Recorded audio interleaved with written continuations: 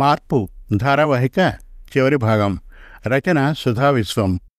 కథాపఠనం మల్లవరపు సీతారాం కుమార్. జరిగిన కథ. భాగవతంలోని ఒక పద్యాన్ని అపహాస్యం చేస్తాడు డైరెక్టర్ పరాక్రమ్. అతని కొడుకు సాకేత్ వేగంగా కారు నడిపి యాక్సిడెంట్కు గురై ఐసీయూలో చేరుతాడు. పరాక్రమంలో కొంత మార్పు గమనించిన అతని తల్లి శారదమ్మ మంచి సినిమాలు తీయమని కొడుక్కి చెబుతుంది. ఆ రోజే ఆమె మరణిస్తుంది. ఆమె మరణంతో పరాక్రమంలో కొంత మార్పు మొదలవుతుంది. పరబ్రహ్మశాస్త్రి గారి మాటల ప్రభావం కూడా అతనిపైన పడుతుంది. తన భార్య మాలిని ఆత్మహత్య చేసుకున్నట్లు చెబుతాడు రంగనాథ్. కానీ శవం కనిపించదు. మిత్రుడు అశోక్ సహాయం కోరుతాడు రంగనాథ్. ఇక మార్పు ధారావాహిక చివరి భాగం వినండి. అశోక్ వెళ్ళిపోయాక అలాగే సోఫాలో కూలబడిపోయాడు రంగనాథ్. జయంతి, పరాక్రమ్ అక్కడే కూర్చున్నారు. ఎవరు చేసి ఉంటారు?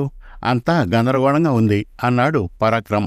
అవునండి, మాలిని బ్రతికి ఉంటే బాగుండును. అన్నయ్య ఏమో తను చనిపోయింది చూశానంటున్నారు. అంతా అయోమయంగా ఉంది అంది చెక్కిట చెయ్యి చేర్చి దీర్ఘాలోచన చేస్తూ. ఇంతలో పోలీస్ కానిస్టేబుల్స్తో ఎస్ఐ రామబ్రహ్మం వచ్చాడు. అతను ఆ ఏరియా ఎస్ఐ. సార్, మీ భార్య మాలిని గారిని మీరే హత్య చేసి శవాన్ని మాయం చేశారని స్త్రీ సంఘం వాళ్ళు కంప్లైంట్ ఇచ్చారు. మిమ్మల్ని అరెస్ట్ చేయడానికి వచ్చాం అన్నాడు. అలా ఎవరండి కంప్లైంట్ ఇచ్చింది? ఆవిడకు ఏమైందో అని మేము టెన్షన్ పడుతూ ఉంటే ఈ గోల ఏంటి అన్నాడు కొంచెం తీవ్రంగానే పరాక్రమ్. ఈయన ముద్దుగా లావెండర్ అని పిలుచుకునే హీరోయిన్ లావణ్య గారే కొందరు ఆ సంఘ సభ్యులతో వచ్చి కంప్లైంట్ ఇచ్చారు.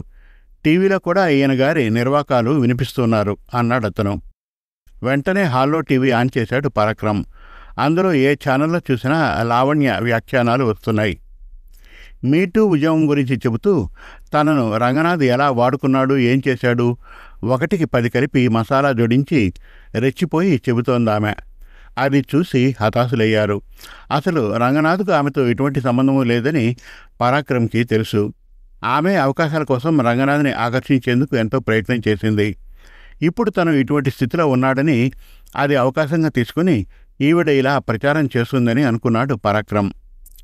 కొంత ఎంజాయ్మెంట్ లక్షణం ఉన్నమాట నిజమే, కానీ ఈవిడతో అలాంటి సంబంధం ఏమీ లేదు రంగనాథ్కు అన్నాడు పరాక్రమ్ స్థిరంగా ఆ ఎస్ఐతో. టీవీలో అంతే కదా, ఇంకా జోడించి చెబుతారు. ఛాన్స్ దొరికితే అవతలి వారిపై పగ తీర్చుకుంటారు అన్నది జయంతి. సార్, మీరు స్టేషన్ రావాలి, తర్వాత బెయిల్ ఇవి చూసుకోండి అన్నాడు. నా కూతురు బాధ్యత నీదేరా. నేను తండ్రి అనే బాధ్యతతో ఏమీ చేయలేకపోయాను. తల్లిదండ్రులు వృద్ధాశ్రమంలో ఉంచి కొడుగ్గా చచ్చిపోయాను. భార్యను మనిషిగా కూడా చూడక భర్తగా చచ్చిపోయాను. భోగాలు అలసున్నాయి, పిల్లల్ని సరిగ్గా పెంచక తండ్రిగా చచ్చిపోయాను. నాలాంటి వాడు బతకూడదు. కానీ మీరు నన్ను చావనివ్వలేదు. జైలే నాకు శరీర శిక్ష అంటుంటే అతడి కన్నుల్లో నుంచి నీళ్లు ధారాపాతంగా వర్షించాయి. ధైర్యంగా ఉండమని భుజం తట్టాడు పరాక్రమ్. రంగనాథ్ పోలీసుల వెంట నడిచాడు. Flash news. ఇప్పుడే అందిన వార్త. Star writer Ranganath arrest. భార్య మాలినిని హత్య చేసి శవాన్ని మాయం చేశాడనే అభియోగంతో పోలీసులు అరెస్ట్ చేశారు. ఆయన పైన కంప్లైంట్ ఇచ్చి అతని గురించిన రహస్యాలు విప్పిన హీరోయిన్ లావణ్య. ఇంకా అప్డేట్స్ కోసం చూస్తూనే ఉండండి మా ఛానల్. ఇలా చెప్పుకుపోతోంది టీవీ యాంకర్. అందరూ ఒకే చోట కూర్చొని లంచ్ చేయడం అక్కడి వృద్ధుల అలవాటు. వృద్ధులైపోయినా కొందరు మగవాళ్ళు ఎప్పటికప్పుడు వార్తలు చూస్తూ ఉంటారు. అందరూ అలా కూర్చొని చూస్తూ తింటున్నారు. ఆ న్యూస్ చూసిన రాఘవయ్య ముఖంలో రంగులు మారాయి. త్వరగా తినడం పూర్తి చేసి తన గదిలోకి వచ్చాడు. ఏమైందండి అలా ఉన్నారు అన్నది ఆందోళనగా జానకమ్మ. ఏమీ లేదు జానకి, ఓసారి మనం మన అబ్బాయి దగ్గరకు వెళ్ళివద్దాం. ఆ మాట విని హడలిపోయిన ఆవిడ, దేనికి? వాడేమన్నాడు?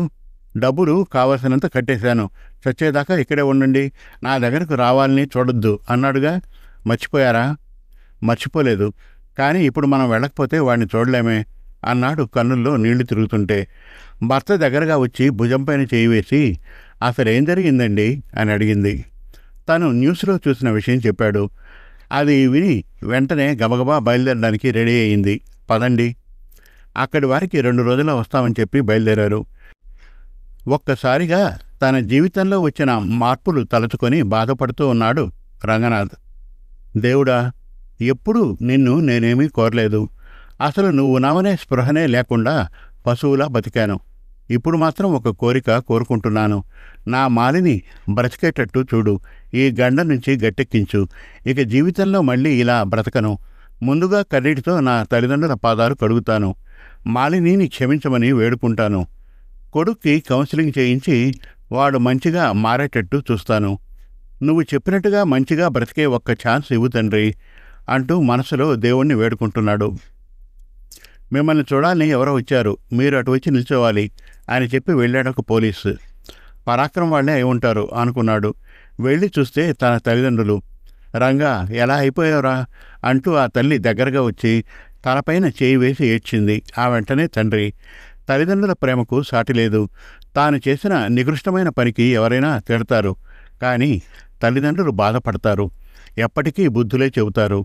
అమ్మా అంటూ మనస్థిర ఏడ్చాడు. ఒరే రంగా, నువ్వు ఏ హత్య చేసి ఉండవురా? లాయర్ పేరు చెప్పు, నేను వెళ్ళి మాట్లాడతాను అన్నాడు రాఘవయ్య. ఇంతలో అక్కడికి పరాక్రమ్, జయంతి లాయర్తో వచ్చారు. బెయిల్ పేపర్స్ పైన సంతకం చేయించుకున్నారు. అశోక్ చేత మాట్లాడించారు. ఎస్ఐ బెయిల్ ఇచ్చి వదిలిపెట్టాడు. రంగనాథ్ తల్లిదండ్రులు తీసుకుని ఇంటికి వచ్చాడు. ఇంటికి వెళ్ళేసరికి ఎదురుగా మాలిని నవ్వుతూ కనిపించింది. ఒక్కసారిగా ఆశ్చర్యం, ఆనందం తాండవించింది రంగనాథ్లో. నువ్వు బ్రతికే ఉన్నావా మాలిని? అసలు ఏం జరిగింది అన్నాడు సంభ్రమంగా. ముందు ప్రశాంతంగా కూర్చొని అందరూ ఈ చల్లని మధ్యగా తీసుకోండి, అన్నీ వివరంగా చెబుతాను అని అందరికీ ఇచ్చింది మాలిని. చెప్పడం మొదలుపెట్టింది. ఇదంతా జయంతి, మన అమ్మాయి రాఘవి కలిసి చేసిన ప్లాన్. పరాక్రమ్ అన్నయ్య కూడా తెలీదు. మీ వద్దకు వచ్చేటప్పుడు చెప్పిందట జయంతి. బషీర్ సంఘటన జరిగిన తర్వాత వీళ్ళు ప్లాన్ చేద్దామనుకున్నారట. కానీ ఈ లోపలే ఈ హత్యా సంఘటన జరిగింది. నేను నిజంగానే మాత్రలు మింగాను చనిపోవాలని, కానీ రాఘవి వచ్చి సేవ్ చేసింది. అప్పుడు మీరు ఫోన్ గొడవలో ఉన్నారు. తన ఫ్రెండ్స్ సాయంతో వెనక డోర్ నుంచి నన్ను తీసుకెళ్ళి మీ అమ్మ వాళ్ళ దగ్గర సహాయకురాలిగా ఉంచింది. వాళ్లకు అన్నీ చెప్పింది. నేను కోలుకున్నాక వాళ్ళ ప్లాన్ గురించి చెప్పి ఒప్పించింది. అంతేకాదు, మీ ఇద్దరు ఫ్రెండ్ అశోక్కి కూడా తెలుసు. ఆయన ఎంక్వైరీ చేస్తే మరొక విషయం తేలింది. మనవాడు తాగి పడిపోయాట. అప్పుడు అందులో డ్రగ్స్ యూజ్ చేశారట. అందుకే వాడికి అసలేం జరిగింది తెలియదు. ఫ్రెండ్స్ చెప్పిందే నిజమనుకున్నాడు. విచారణలో పబ్కి వెళ్ళిన వాళ్లలో మనవాడి మిగతా ఫ్రెండ్స్లో ఒక అబ్బాయి అసలు విషయం చెప్పాట. హీరోయిన్ లావణ్య అక్క కొడుకు వేరే గ్యాంగ్తో అక్కడ ఉన్నట్ట.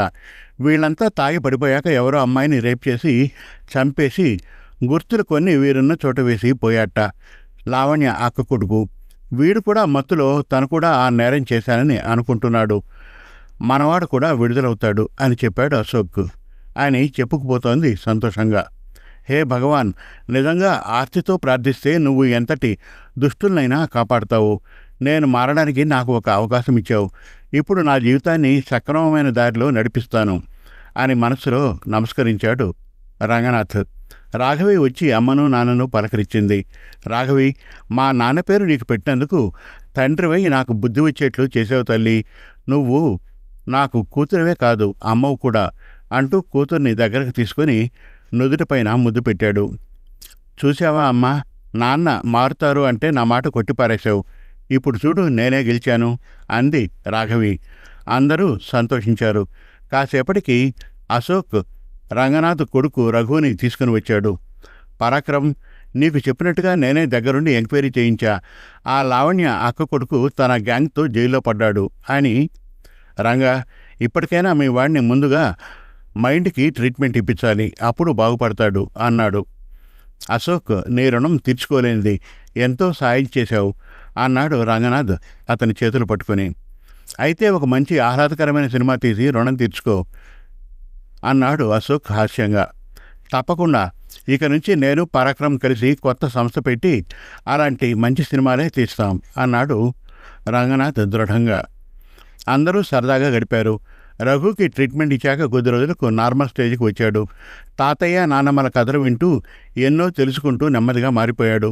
ఆ తర్వాత బషీర్ ఎక్కడున్నాడో తెలుసుకొని వాళ్లను ఇంటికి రమ్మన్నారు. ఆ బషీర్ కూతురుతో రఘు పెళ్లికి అంగీకరించాడు. వాళ్ళు సంతోషించారు. పరాక్రమ్ రంగనాథుల జంట జయంతి మాలిని పేరుతో జేఎం ప్రొడక్షన్స్ స్థాపించి మంచి విలువలతో కూడిన అద్భుతమైన సినిమాలు తీసి మళ్ళీ స్టార్ డైరెక్టర్, స్టార్ రైటర్ స్థాయికి వెళ్ళారు. వారికి సన్మానం చేయడానికి ఒక సాహితీ సంస్థ ఆహ్వానించింది. ముఖ్య అతిథిగా కళా తపస్వి కె విశ్వనాథ్ గారు ఇచ్చేశారు. ఆయన చేత ఆశీర్వాదం పొందారు. ఆ సభలో రంగనాథ్ ఉద్వేగపూరితమైన ప్రసంగం చేశాడు. అభిమానులు ఎప్పుడూ కూడా మాకు చెక్ పెడుతున్నట్లుగా ఉండాలి. ఏది తీసినా చూసి మా అభిమాన హీరో డైరెక్టర్ అయితే చాలు, ఎలా ఉన్నా సినిమా చూడాల్సిందే అనే భావన ఉండకూడదు. సినిమా వాళ్ళని పిచ్చిగా తీస్తే ప్రేక్షకులు తాట తీస్తారనే భయం మాకుండాలి. ఎప్పటికప్పుడు అలా మీరు అభిమానించాలి. అప్పుడు ఎవరూ కూడా చెత్త సినిమాలు తీయడానికి ముందుకు రారు. లేదంటే దాని పర్యవసానం టీనేజ్లో ఉన్న పిల్లలు బలవుతారు. వాళ్లకు తెలిసి తెలియని వయస్సు, చెడుకు తొందరగా అట్రాక్ట్ అవుతారు. స్వానుభవంతో చెబుతున్నాను అంటూ ముగించాడు. కళ్ళల్లో నీళ్లు తిరిగాయి అతనికి. అక్కడ అందరూ కరతాళ ధ్వనులు చేసి తమ సమ్మతిని తెలియజేశారు. సమాప్తం. ఈ ధారావాహికను ఆదరించిన పాఠకులకు మన తెలుగు కథలు .com తరఫున, రచయిత్రి సుధా విశ్వంగారి తరఫున మా అభివాదాలు తెలియజేసుకుంటున్నాం. మరిన్ని చక్కటి కథల కోసం, కవితల కోసం, వెబ్ సిరీస్ కోసం మన తెలుగు కథలు .com విజిట్ చేయండి. Thank you.